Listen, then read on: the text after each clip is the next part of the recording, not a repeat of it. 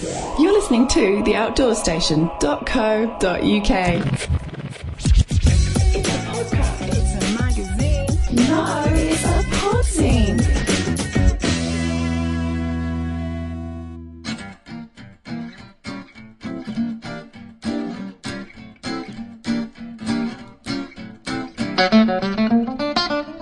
Hello and welcome back to The Outdoors Station, the award-winning producers of podcasts for outdoors people. The Land's End to John O'Groats trip appears to be gaining more interest of late, and regular listeners will recall the interview I did with Mick and Gail not so long back, who did it in 2008. John Cromarty started in April 2009 from Land's End and set out to do the trip on foot using a slightly different route, and I thought listeners would be interested in his story. In particular, I think many would be astounded in the reaction he's had from fellow walkers to his lightweight approach. It's a slightly longer interview than normal, however it's full of nuggets of information, and I'm sure it'll help others consider undertaking one of the many long-distance walks available within the UK. So here's John to describe the outline of his route. The idea was I'd take a high-level route, which is based loosely on Andy Robinson's guide, End to End Trail, with a few add-ons and a few places in particular I wanted to see, Neolithic sites, etc. And I started on the southwest coastal footpath from Land's End all the way up to Barnstable. And then I took the high ground, such as it is, over Exmoor, the Brendan Hills, the Quantops, the Mendips, Cheddar Gorge, etc. Then went through Bristol with an interesting camp in the centre of a park in Bristol. Chepstow, up Offers Dyke, the Black Mountains, took a right across Wenlock Edge, the Staffordshire Way, etc., and hit Edale, went up 240 miles of the Pennine Way to Deer Street, across to Jedburgh, along St Cuthbert's Way to Melrose, and then on to Peebles, where I had my slight accident. But from there, the route would have taken to eventually at Drimmen to get into the West Highland Way, and then to Fort William, obviously, and then take a west coast route up to Ullapool, and then cut across to through Caithness to John O'Groats. Quite interestingly, I had a few sort of rules. One of those, I wouldn't even take ferries or anything like that. So, bizarrely, when I got to Padstow, instead of just catching a 2-minute ferry to Rock, I spent all day walking round via Weybridge. But that was the route anyway, yeah. So were you sticking fairly closely to this book, or was it just using the book as a guide? No, I was using it as a guide. Obviously it's fairly logical, and obviously I don't know the author, but he likes uplands, and that appealed to me. But for instance, he didn't actually start at the Edale. He skirted round and started at Hebden Bridge, but I just fancied going to Edale, and because I've done the Pennine Way before, and about 20 years ago, and I just wanted to see how it was different, like the start's different, and basically had it got any better. But yeah, generally I was using it, but I wasn't slavishly following it. I added quite a few things on the way, and probably increased the overall sort of mileage by a fair bit, probably. Yeah, but I'm curious really that in this modern day in the UK, I mean, people are walking Land's End to John O'Groats and they're sort of taking a fairly established route. This sounds much more interesting, and I'm more interested to know that if you found that during the journey you could actually keep off-road as much as you wanted and wild camp and so on, is it still possible to do that in the UK? Oh yeah, it is.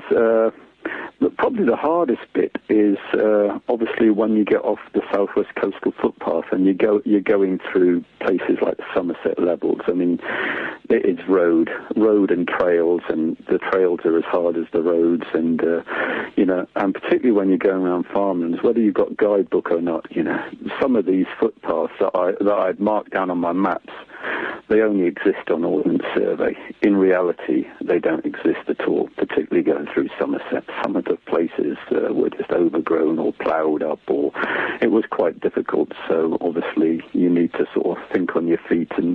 But generally, if there was a road or any alternative, I would take the alternative, because I really don't like walking on roads.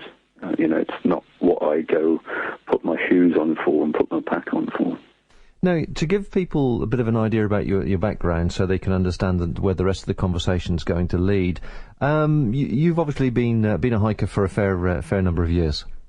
Oh, yeah, me and my friend used to walk around the Cheviots when we were 16 in 1974, which sort of gives my age away, really, 51, but yeah, for a lot of years. And, I was, though I'm not actively doing it anymore, I qualified as a mounted leader in 1985, so yeah, I've been doing it a lot of years.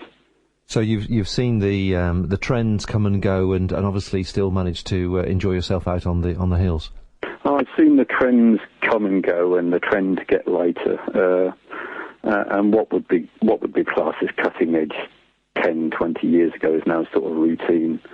And yeah, I've done most of the the national trails, and I've done things like what is now the TGO Challenge. I did that in '87 when it was the Ultimate Challenge, and caused a few eyebrows to be raised then with my supposed unsuitable equipment. Well, those attitudes haven't changed, but we'll come on to that. Let's just get back to the actual trip itself. What I'd like to ask people, really, sort of, it's very hard in sort of half an hour to try and describe the full thing. Could you describe an area or a county or a particular part of the UK which was actually the most appealing to you, and why? That's quite a hard one, really. I mean, they all have something to offer. I mean, the Southwest Coastal Footpath, I mean, bizarrely, it was, Cornwall is more rugged, but it didn't particularly appeal, because every sort of cove has a tea shop, and, it's very commercial, whereas probably Devon is less rugged, but it's certainly wilder. But, any of them that have the wildness, really. So I couldn't say I had one particular. I mean, particularly things like just coming off the hills above Melrose, I thought they were fantastic, So it's definitely the hills have it, but the hills don't change, So I'm quite happy if, basically, particularly if I've got the hills to myself, which is obviously quite selfish, but that's why a lot of us do it, isn't it? But yeah, I wouldn't say there's any one particular place. Though I did enjoy going up parts of Offa's Dyke, because though I'm by no means, have more than a passing interest, and certainly no great knowledge on the subject, I do like the old, the prehistory and the Neolithic type stuff. So yeah, probably if I could combine that with the hills, I'm quite happy, really. I know I was talking to Alan Sloman about his trip, and he had very strong feelings about how certain counties or certain areas, there was much more noticeable litter and sort of people's respect for their own area. Did you become aware of any of that? Oh, yeah, you do, yeah. I mean, basically, you've just got to go anywhere there seems to be a car park, whether it's on the hills or not, I mean, the coastal footpath, the hills, where you're walking through farmland, wherever there you can get a car, for the first half mile you're going to get litter. People seem to, and, I mean, a particular area I do like, though, because I used to live in North Yorkshire. I actually like Great Shunner Fell, and I used to go up there. I used to run up there. Me and my friend used to try and pretend we were fell runners, and we'd go up there, and it's a lovely bleak area, but the amount of rubbish when you get to the top and stuffed into the actual walls and things, but they're actually taken up by walkers. Nobody. There's you've got to walk to that area. But it seems to be wherever areas are pushed, whether it be by local authorities or national trails, where you're going to get rubbish, and then certainly places, the outskirts of the bigger towns and even the smaller towns, you get rubbish. It's just the way it is, and I'm not saying it's right, it's just a fact, That's such a shame that that's a sort of an impression that you're left with doing a long journey like this. It's It's something to take in mind. Now, you were you obviously like solitude, and you like a bit of peace and quiet, and wild camping, I presume, is high on your list of priorities. Yeah, it is. I mean, there's times when you're coming into a town late or whatever, you're going to have to camp on a campsite. But out of choice, I would rather walk. I'd rather walk on through the town and try and find hopefully a stream and a bit of flat ground, which I did mainly. The majority of what I did was wild camping. I did a few campsites, which they're pleasant if you want to shower and all the rest of it, but they don't really appeal. And I did a couple of youth hostels, mainly the ones that were actually holding maps that I'd forwarded. But generally it's wild camping every time. And it doesn't have to be a tent. I've wild camped for years with a bivvy bag. Now occasionally I throw a bit of a tarp on there. It's just being out in the wild, really. That sort of grabs me. And did you, and just actually on the subject of wild camping, did you have any landowners or any issues with anybody from pitching up for the night? Well, what is quite funny is really, I mean,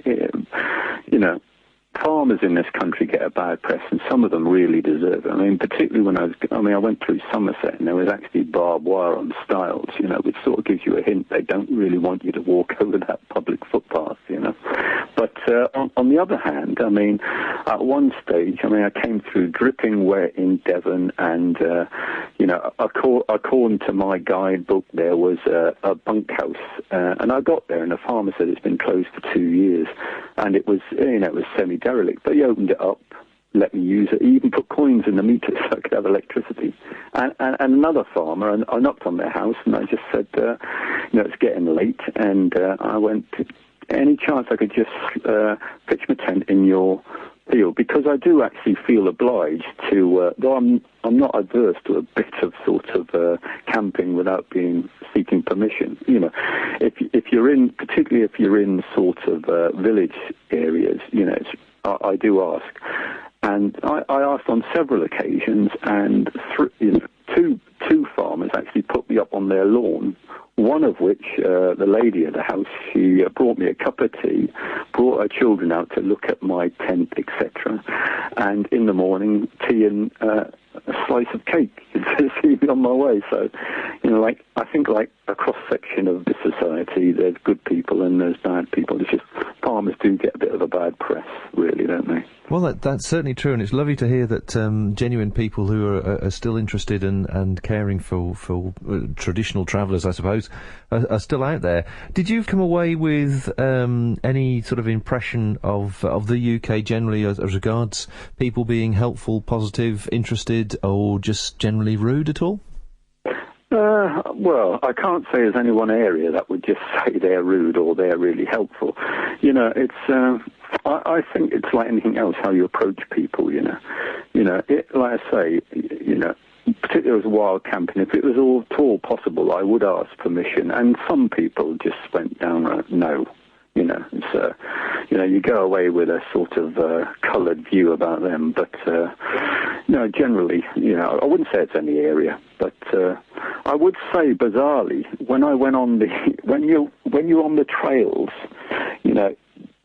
there's a series of sort of hill walkers and day walkers and all the rest of it that I call the harumphers.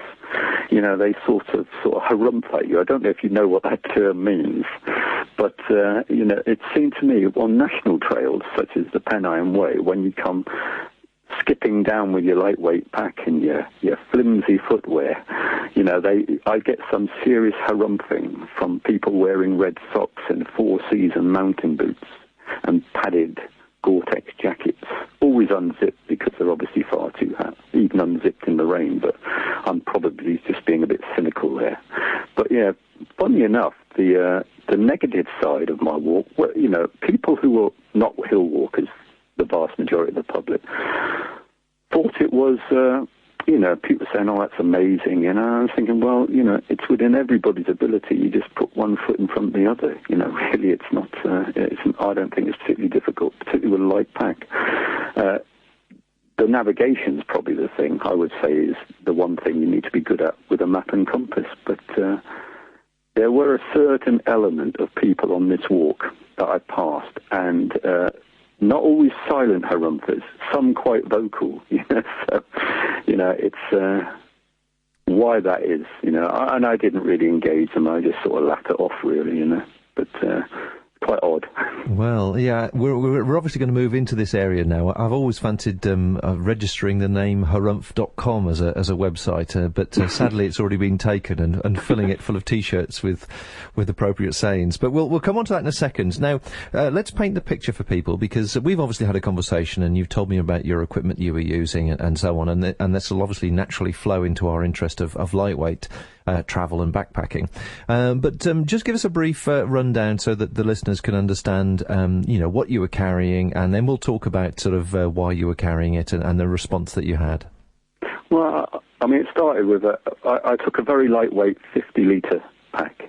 It was the old Go Light jam, because bizarrely, every time they redesign these things, they get slightly heavier, don't they? Mm. And I don't really understand it. It's sort of cyclical. It goes lighter and then heavier, and then people say it's too heavy and goes back to being light again. But that was modified because my partner, Lisa, she's one of her many, many virtues is she's an incredibly gifted seamstress. So I asked her, can you make these things happen? So if you imagine it's the jam pack, but on the back, where inside it's normally, this hydration pocket thing. That was on the outside. And I put side pockets on it and just generally cut off everything I didn't really need. I cut off all the side tension straps, but left enough to make them into loops and just used them with a bit of cord, which I found more useful.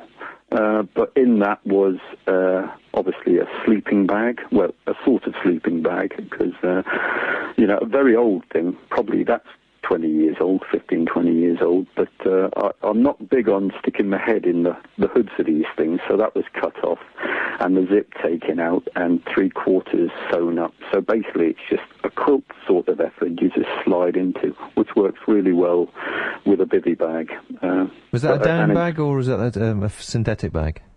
No, it's a down bag. Okay. So though it's not the lightest thing on the market, I'm sure I could save a considerable amount of weight by spending a considerable amount of money. But it was only about, I think it's about 750 grams modified, but I have slept in that to well below zero. On many a night in a bivvy bag, I've woken up with frost all over it and been warm. So I think it's pretty good. And it's probably getting to the end of its useful life now, but it's been used for, like I say, probably 15, 20 years regularly. Yeah, it just goes to show you these things do have a good lifespan. They do, yeah. So what were you sleeping on? Did you have an inflatable mat or a foam one? That inflatable thing, but it's like those thermarests. It's not actually a thermarest. It was a multi-mat thing, which I found perfectly adequate. Probably an ounce or two heavier than the old style thermarest, but yeah, just a 3/4 one of those, and I'd throw the pack underneath the bottom end. The bivvy I used initially was, of which I like in the bivvy, it's got a waterproof bottom, but unfortunately it came with a full closed round zip at the top, which just didn't work for me, so I cut all that off, and Lisa put Pertex over that, and a draw cord, and while we're on there, we added a bit of no-seam netting, so you can seal it all up if you happen to be bothered by insects. I can't say I was particularly ever bothered by insects. So if you imagine half of it is waterproof and half of it wasn't. And a very small micro tarp, I'd probably call it, 5 foot by 4 foot or whatever it was, just at the other end. But it worked well enough. I used it for a while, and then eventually I went on to a tent. Very expensive, lightweight thing I've had for a while, which I've got to be honest, didn't perform particularly well through condensation, all the rest of it. But more importantly, after about 50 days, it just sort of fell apart. Oh dear. Well, 40 days probably. Just going back a second, what was the reason you changed from a tarp to a tent? Well, mainly I was getting a lot of condensation and all the rest of it. So my initial, because I'd practiced with that, I did Pembrokeshire Coastal Footpath. I did that, nearly 200 miles in 8 days, just taking this thing, and no tarp at all. But the weather was quite good and all the rest of it. And but I found I was continually getting quite a lot of condensation, which doesn't put me off the bivvy, and I think the perfect, if you like, in my own mind, and the harumphers will have a go at this, on my next big walk, I won't take the tent. I will take a bigger tarp, and I will convert the rest of it to Pertex and just have the waterproof bottom piece. So I think that will work well. I mean, I don't know until I try it, but I've got no reason to think why it wouldn't work well. If you've got enough coverage over you to keep the majority of the rain off, and that breathes fantastically, in theory, it should work well. But we'll see. So what did you do then with, I presume the tent was something like an Acto or something, was it? No, it was a laser light competition. I keep hearing about this famous Acto. It's almost getting mythical sort of status now. Yes, yeah, they seem to be going through a stage, don't they? So what did you do then after the competition? You obviously changed to something else. No, it just ended up with bodge tape, basically. All the places where it ripped, which are on those little pole supports at each end, I ended up having to put masking tape, electrician's tape around there to keep it all in one place.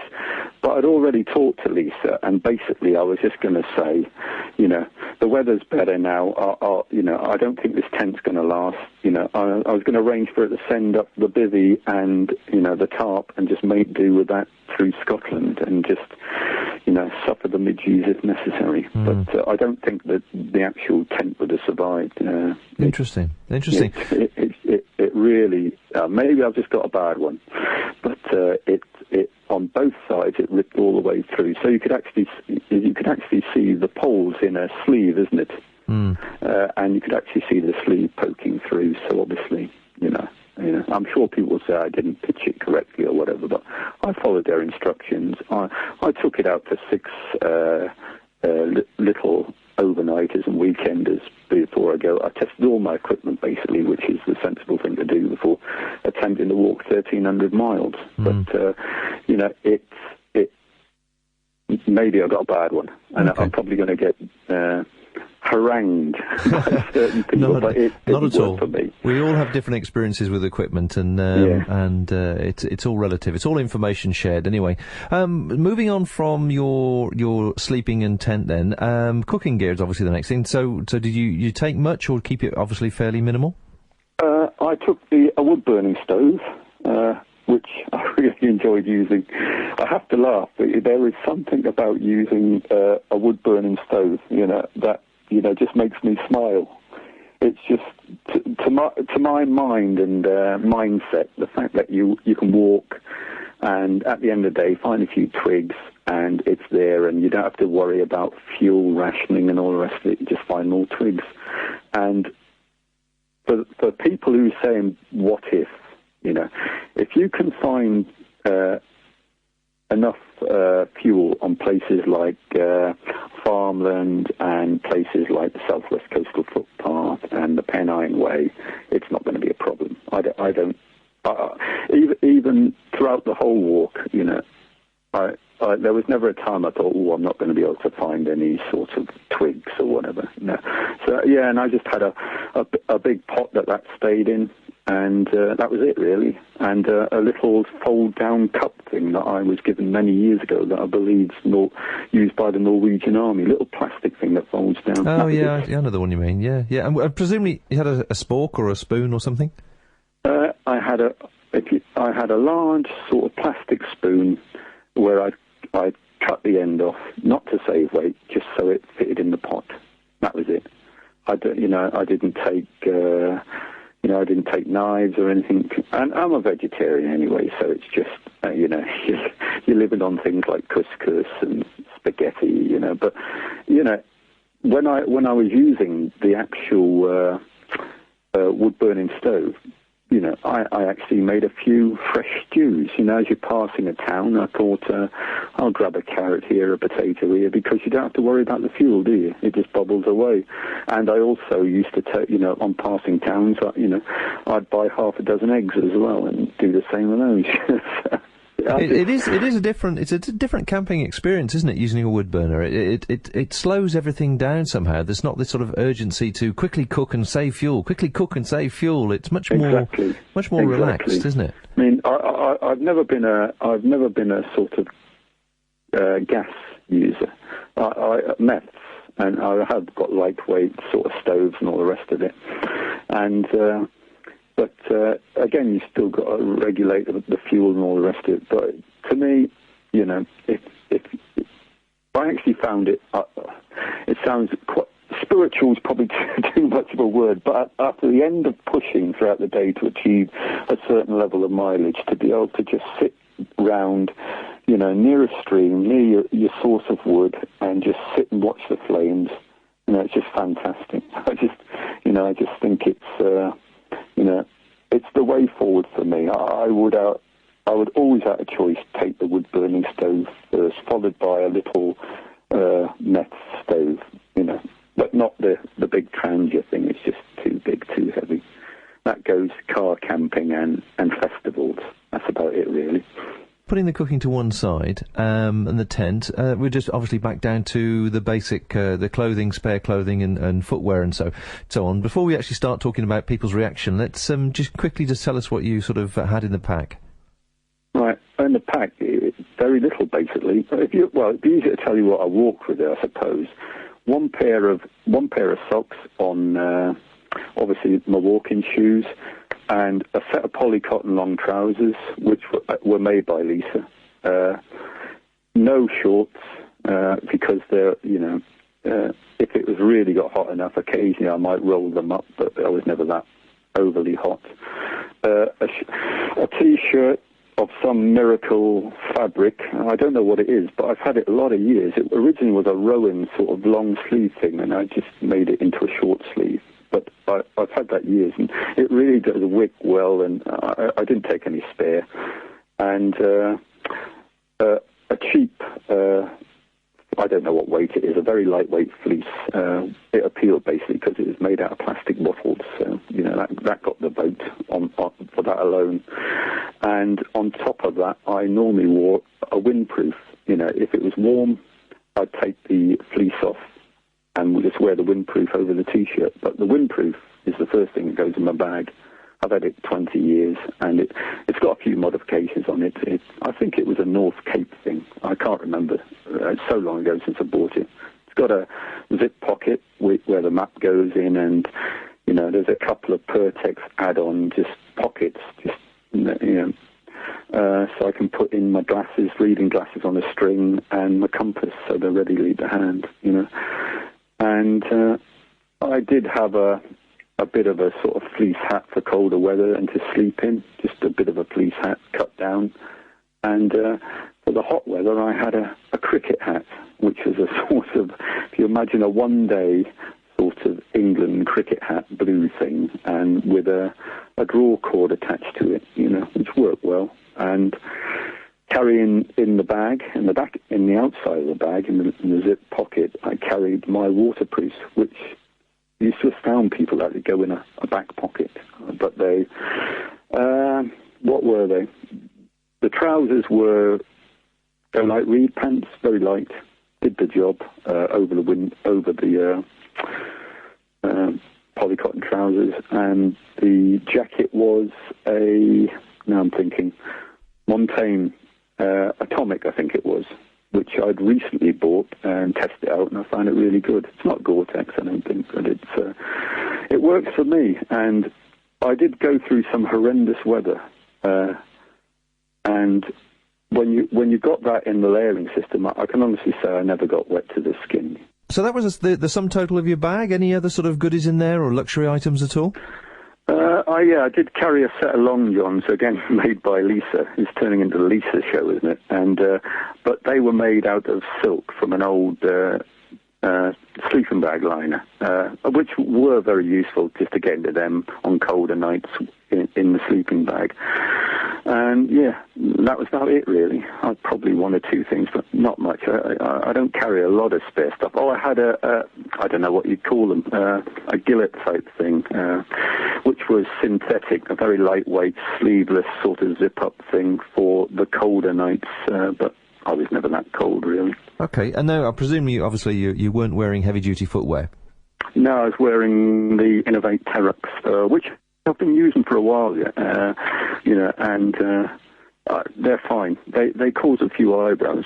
Bizarrely, I was actually through onto my second pair and probably halfway through them. I've always found them, because I've been using them for a couple of years now, I've always found them, the sole units are really good, but what invariably breaks down is the tops. The first pair I had the lacing snapped and all the rest of it, but the sole units were actually still pretty good. But inside them, I always wear, so they're big enough to have the normals.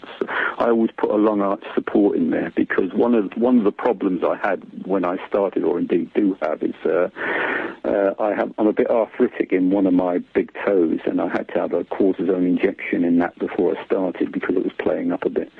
So I find a doctor friend of mine suggested long arch supports, and so I always buy them slightly bigger so they can take that support in there as well. Okay. But yeah, just the standard Terox.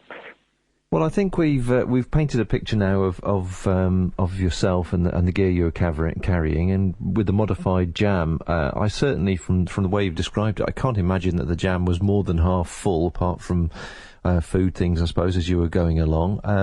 I take it, on the whole, you were buying food as you went, were you, rather than sort of having big food drops? Yeah. I mean, for a variety of reasons, I just bought whatever I could, and whenever I could. I always started, each section, if you like, pick up maps. I'd start with 3 days supply of food, but so a couple of kilos of food on top. But I just buy as and when I went through. But a lot of the stuff I'd take anyway, if for whatever reason I could eat it cold, the normal mashed potato and that sort of stuff. But I mean, what I was trying to get to is your bag was never full, was it? No. I mean, obviously in the later parts of the west coast of Scotland, I could have easily put in another 2 or 3 days worth of food and still been quite comfortable. The pack weight was, I don't think I ever carried more than 8 kilos, and that was with 3 days of foods. Right, so now we've got a picture in our mind, 8 kilos. The jam pack, the original jam pack, I think, was supposed to be a 43 plus 8 litre bag, so that's 51 litres when it's full. Yeah. So you're obviously averaging around 40-45 litres. You're wearing Terox. You've obviously got fairly, just light but practical gear. Everything's packed away neatly. There's no bits hanging off your rucksack, so people can visualise you strolling as you were up from Land's End. Now, the conversation that we've had before this interview, and one of the reasons I wanted to talk to you about this, was the amount of reaction, and in many cases negative reaction, that was really fixed in the 70s almost, to the equipment that you were using and what you were carrying when people got into conversation with you. So when did this sort of, not anti-lightweight, but sort of negative attitude towards lightweight start, when you actually started from Land's End? Well, I mean, you'd be. I wouldn't say it's anti. It's just the conversation would invariably. I mean, yourself. You'll walk with somebody for 10, 15 minutes till they either are faster than you, or you're slower than them, or rather you're faster than them and you push on, and and they'd say, oh, you're moving fast, yeah. Well, not particularly, but I used to say, well, I haven't got a very big pack, and they'd say, oh, well, I'm camping. I said, well, so am I. And, it invariably sort of go down that road, and some people were sort of genuinely interested, well, and I'd say, well, I'm carrying everything you are, it's just probably lighter, really, and I'm not carrying the spare trainers, etc., etc. But there were some people, and again, it does seem to be on the trails, the national trails. Some people are saying, well, you're not being safe. I mean, there was. No, I mean, not everybody. I walk for a day and a bit with a couple of guys, one Dutch, and one guy from Scotland, and they were fine, envious and saying, well, and asking questions, but my answer is, well, it's got to work for you, you've got to be comfortable doing it. But there were people who were actually, I'm actually sat on the Pennines, and people are saying, I don't think your footwear's safe for up here. It's all right in the south and all the rest of it. But, they were missing the incredibly obvious fact that there were fell runners running past us wearing the same shoes, more or less, in shorts, and they got their little packs and all that. And I was saying, well, they're running past us, and they're only out for a few hours. And I went, but it's the same, isn't it? The difference is I could break my leg tomorrow, and I could put up a tent or my bivvy or whatever and be safe until somebody came and got me, or I got myself out of that situation. Yeah, there was actually one couple who said, thought I was cheating, that I wasn't carrying enough. And I went, there's nothing you can say to that, is there? We're doing the Pennine way the proper way. I did point out I did it that way 20 years ago, but there you go. But it's a strange viewpoint, and I think people who are different, and it's actually, I don't know, is it? It's actually sort of poking at the establishment. There are certain figures in this hobby of ours who, rightly or wrongly, have put themselves up as the bastions, the guardians of this hobby, this sport. And if you don't agree with them, then you're wrong. Now I've met quite a lot of lightweight campers, and I've met some incredibly ultra-lightweight ones, and they will concede the fact that, well, in certain situations, we'd have to go lower, etc., and that's true. And there's some pragmatic ones who will take a tent as and when required, or take a tarp because they prefer the feeling of the tarp. But the other end of the spectrum, there's the got to carry 40 pounds, got to have 3/4 stiffened boots, got to have gaiters, etc., etc. But they can't conceive of a different way of doing it. It's either their way, which is the right way, or there's the wrong way. And I just find that mental attitude, I just find it amazing in this day and age. Incredible, but it's still there, very much so. Yeah, well, I mean, you certainly, when you think about the ability these days to research your hobby, whatever that hobby may be, on the internet, and there's plenty there to give you different viewpoints and all the benefits and areas of concern related to those viewpoints. And I'm surprised that people are still stuck in that way. But that everybody's entitled to their own opinion. That's fine. But did you find that there was a certain age group of people that would be sort of belligerent about this equipment that you must have, or was it across all age ranges?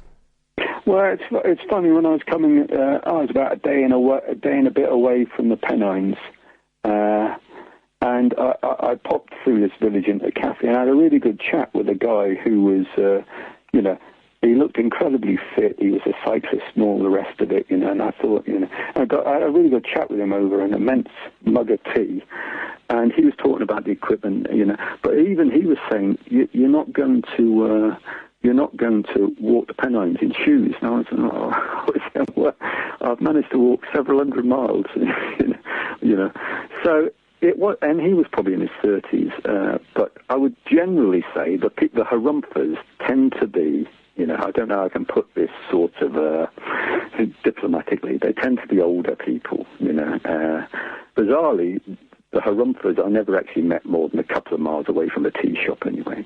They've got so much kit, and the boots are so heavy, they don't really go that far anyway, do they? That sounds terrible, doesn't it? No. Did anybody ever see you bivvying or using the wood burner, and was there any reaction to that at all? Oh, yeah. I mean, early on when I was using the wood burner, a guy had come past, a guy from Derbyshire, a really interesting character, and he was talking about, and as you do, you have when you meet another backpacker, you have two subjects of conversation, food and equipment, don't you, really? And he was spellbound, and he was saying, "How does it work?" And playing with it. And I went, "It's really easy." And he was saying, "And you're backpacking," and my pack was probably half his size, and he was actually saying, "Where can you get this stuff, etc., etc." And and again, what about your water source? And I showed him the bottle I had with the filter and all the rest of it. But he was an older guy, and he was genuinely impressed. And he was actually saying, he said, "We all do it, but we link into this sort of,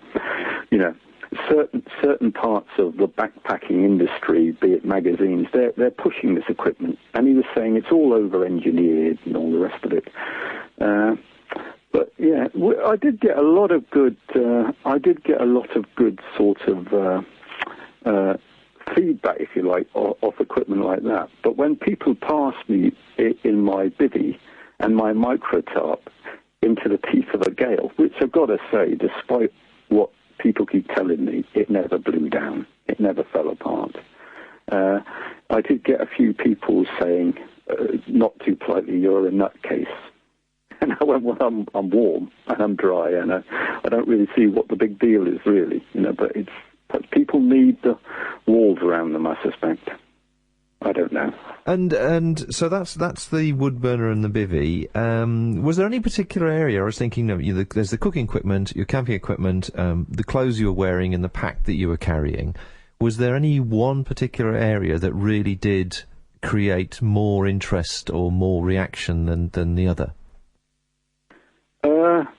No, I would say generally when people, I carried that travel tap thing, Mm-hmm. The water filter, and particularly that seemed to spark with a lot of people. A lot of people really could see the value in that, particularly, around farmland, etc. I mean, you go to Scotland, you can drink anywhere in the Highlands, but that really did generate a lot of interest, and people were genuinely amazed, and they were saying, "Well, how reliable is it?" "Well, I've been using it for like 600-700 miles or whatever it was. Then it seems to be working fine."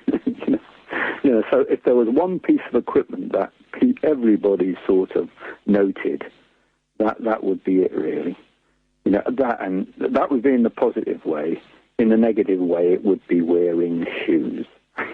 Well, I'm amazed that the reaction it was still as strong these days after, 3-4 years of it, to my mind anyway, being sort of in mainstream outdoors media, not necessarily enlightening people, but certainly telling them that those things are available to them, and they're still choosing to take the heavier route. I'm quite surprised. Yeah, well, what was quite the standard thing would be, but you must get wet feet. And I had to concede, I do get wet feet. I said, but to my mind, the few times I've been in youth hostels, I see row upon row upon row of very heavy boots that seem to be equally as wet as mine. The only difference is I'm wearing my tarps around the youth hostel and they're drying out in a couple of hours. I didn't even bother taking any other footwear, obviously, or I wouldn't even put my sleeping socks on. I just keep those. Though I did give Bert, this Dutch guy, who was carrying about 18 kilos just to do the Pennine Way, but he was very open to the idea of doing a lightweight. But I think the most valuable tip I gave him, because we did stop on an organised campsite, if you like, and he was saying his feet were still wet in the morning. I said, "You want to do what I do? Just take your wet socks to the tap, put them under the hot tap, wring them out, and you've got nice warm feet at the start of the walk." Whether he did or not, I don't know. But there is. I wouldn't say resentment, but there is and there always will be, the establishment type people who, you've got to look. Part of being a backpacker is you've got to look the part, and there is still that alpha male sort of macho. My pack's bigger than your pack. My pack's heavier than your pack, and that's up to people. If they want to carry it, and they're capable to carry it, that's fine. But on my walk, I saw a lot of very weary people who I think, Whether they did it or not, I don't know, but whether they enjoyed it, I doubt they did. Well, that's certainly the other thing that we touched on, didn't we, when we were talking about these poor Duke of Edinburgh children and 10 tours, and my children have done both, and the kit list hasn't changed in 20, 30 years, and they feel that they should buy into it, the same thing that everybody else is buying, and of course everybody else is buying the traditional heavier equipment, straight from the sort of high street shops, and the weight of their packs is enough to put them off the outdoors life. It'll put them off for life. I mean, it'd be nice if somebody did a straw poll of children, particularly females, who did the Duke of Edinburgh, have actually gone on to find happiness in the hills, so to speak. Because I mean, it's human nature. If you set yourself a challenge. And that is a challenge for, a young person, isn't it? Obviously.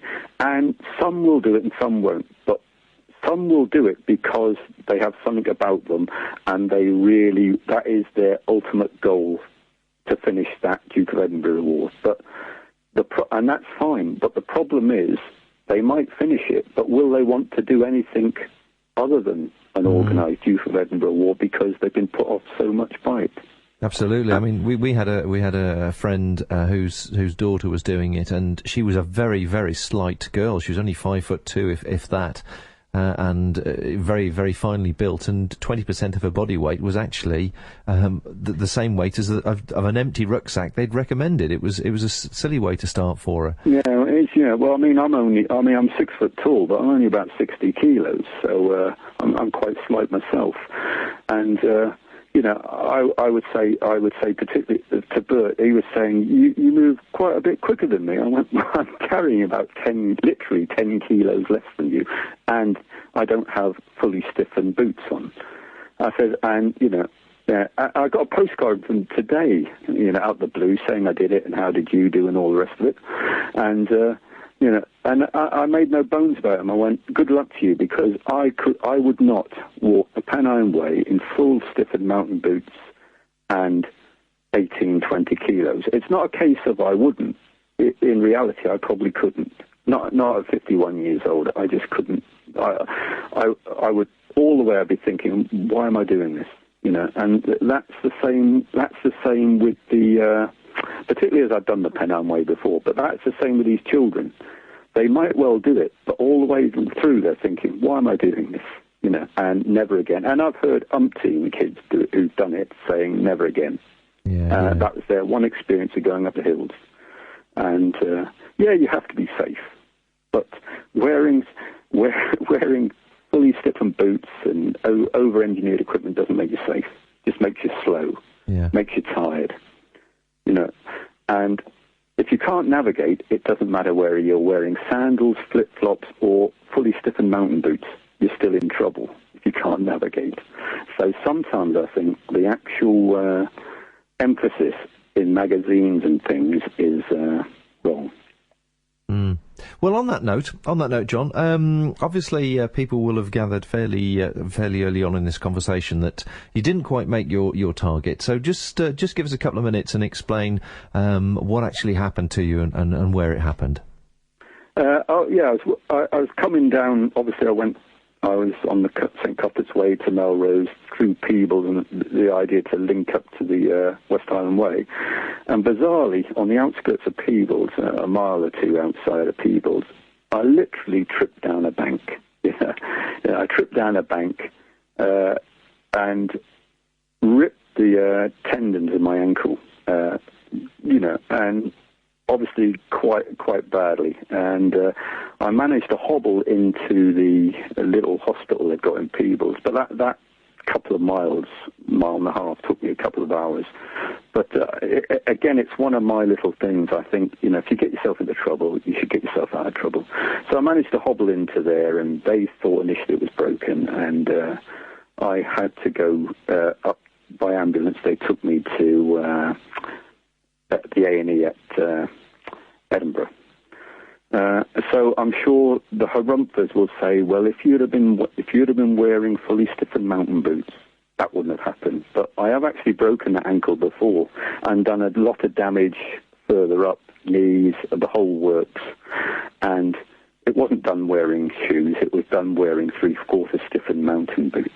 So, and talking to a few of the people there, they're actually saying what probably stopped it being a full break was the fact that your ankles are very strong and the fact that you had the flexibility there. So it would damage your ankle, but your knee wouldn't go with it, if you see what I mean. So you're recuperating now then? Yeah, I'm on the mend, and there's unfinished business, isn't there? Really? Yeah. So are you going to go back and finish it? I will do, but unfortunately, with nearly 900 miles done, nobody will ever convince me that it's the same walk. So it'll be a walk of 900 to the Scottish borders, and it will be a 400-mile walk from the Scottish borders to John O'Groats. Well, John, thanks very much indeed for your time. It's been very interesting to hear the reactions as you walk through Britain, and obviously the next section when you get round to doing Scotland will be equally as interesting, particularly with the feedback. So I hope you'll come back and tell us the reaction of the Scottish folk to the gear that you take with you. Yeah, I'm sure it'll be the same sort of cross-reaction to the gear as you get anywhere else in England or Wales. But, that's the way people are. Some are more open-minded to change and innovation, while some are closed to it's always been done this way. There is only one way to do it. That is my way. But it's been lovely to talk to you. Well, thanks very much indeed for your time, John, and we'll catch up with you when you finally make that last trip. Okay, bye. Thanks to John once again for sharing his experience and knowledge. Most regular listeners will know that lightweight philosophy has probably worked its way into most outdoor activities since, 2005? And yet it still amazes me just how dogmatic some of the "we've always done it like this" heavyweight brigade seems to be. It appears to me that the lightweight backpackers are, as John says, more open to trying new ideas and incorporating what they've learned into their own particular outdoors interest. Anyway, on that note, here's to the next podcast. Remember to subscribe in iTunes. The full details, of course, are on the website, theoutdoorstation.co.uk. And until next time, safe travels and bye for now.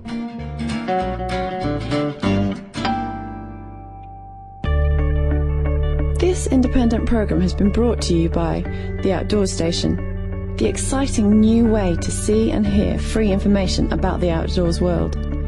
If you're a blogger, or if you have a website, you can now incorporate any of these podcasts directly to your site, completely free. Visit our website, theoutdoorstation.co.uk, for more information.